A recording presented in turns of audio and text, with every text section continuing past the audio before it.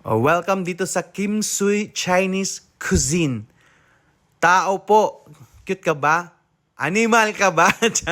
So, andito ako ngayon sa Queen Margaret Hotel sa mismong bayan ng Lucena City. Kalma lang ha, hindi ako magche-check-in, wala akong pambayad dyan dahil mahal yan mga kabukalbo. Sosyaling hotel yan dito sa Lucena City. So, nagbablog lang ako.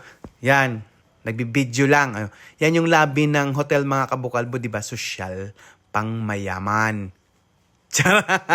Hindi nga mga kabukalbo, sosyalin nga itong hotel dito sa Lucena City, yung itong Queen Margaret Hotel. So, kakain lang ako mga kabukalbo dun nga sa Kim Sui Chinese Cuisine. So, try natin kung masarap pa yung pagkain nila doon.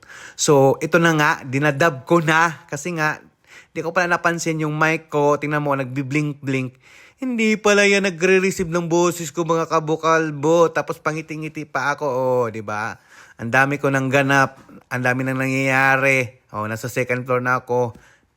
Matatapos na yung video. Wala palang boses. Anak ng tina pa. Ano ba yan?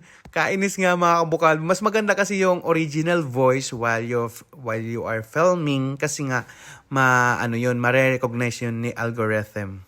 Wow, may ganun.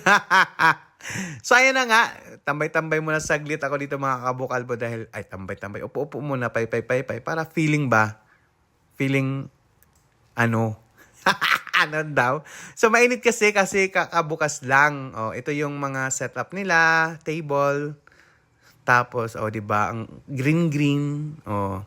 Puro mga insik, mga sikwa, mga kumakain dito, mga kabukalbo. Dahil nga, di ba, Chinese cuisine. Ayan, di ba? So, while waiting, lalabas muna tayo. I-share ko sa inyo yung area of responsibility. Wow! Ano daw? Ano ba yan? Ang hirap talaga pag walang script. Impromptu to mga kabukalbo dahil nga itong mic ko di nagana. Nakaka-busy talaga. So, ayun na nandito na ako sa labas.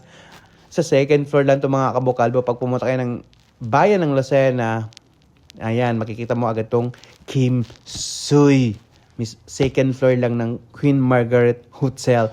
Dalawa tong mga Queen Margaret Hotel dito sa Lucena, meron pa dun sa Bungad. Ito mismo sa bayan. Yan. Yan yung lugar ng Lucena. Maraming kuryente. Ano daw?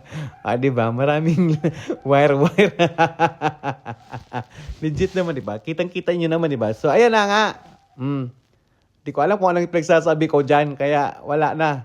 Kakabisit talaga. Hindi man kasi nagana itong mic kong nagbi-blink kasi. Dapat kasi naka-steady lang yung green color mga kabukalbo para nagre-receive siya ng voice. So, pag ganyan, it means hindi siya gumagana. Hindi ko napansin. Ayan ka. Hey! Kagigil kung ano. So, ayan na nga, Kung ano kasing, ay nako, ewan. Diba? Ang dami kong daldal dyan mga kabukalbo. So, ito na yung nila, yan. Ganyan yung setup nila mga kabukalbo. May pa ganyan. So, ayan na. Ito na yung food mga kabukalbo yan. Soup yan. Tapos, fried rice. Always. Chapsuy. And of course, uy. That's yummy mga kabukalbo, diba? So, let's eat na. Let's eat na. Try natin yung soup.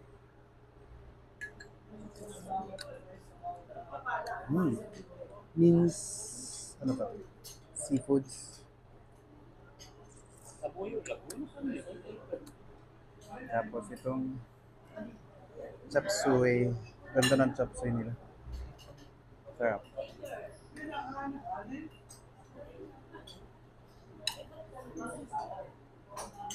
Grabe yung lapot. Okay, so let's eat. First bite for you.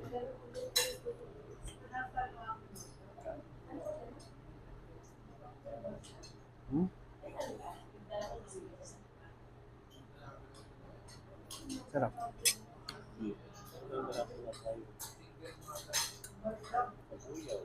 Tapos itong kanto nila, canton, pancit canton, na may egg na squid. Ito.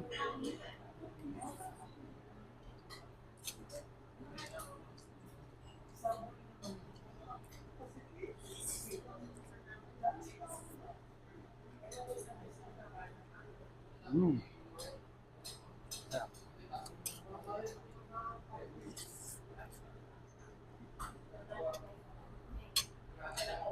Sarap.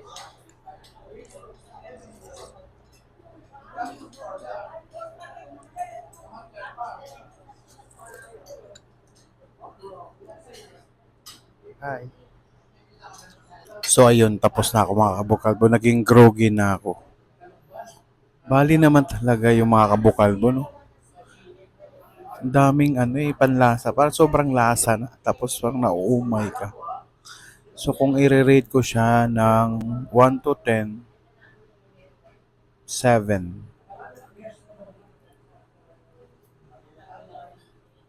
Bye.